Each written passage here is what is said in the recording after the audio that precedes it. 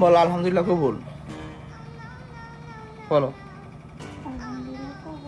আবার আবার।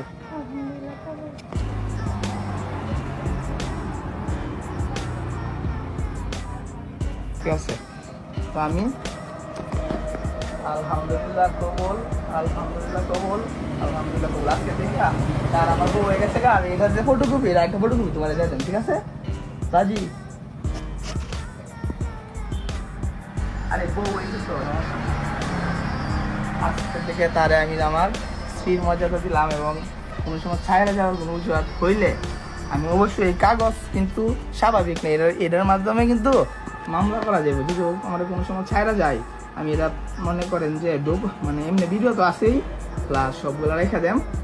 যদি কোনো সময় কোনো কিছু হয়, আমি অবশ্যই তার বাড়িতে যাবো এগুলো নিয়ে। ঠিক আছে, খুশি? বলো।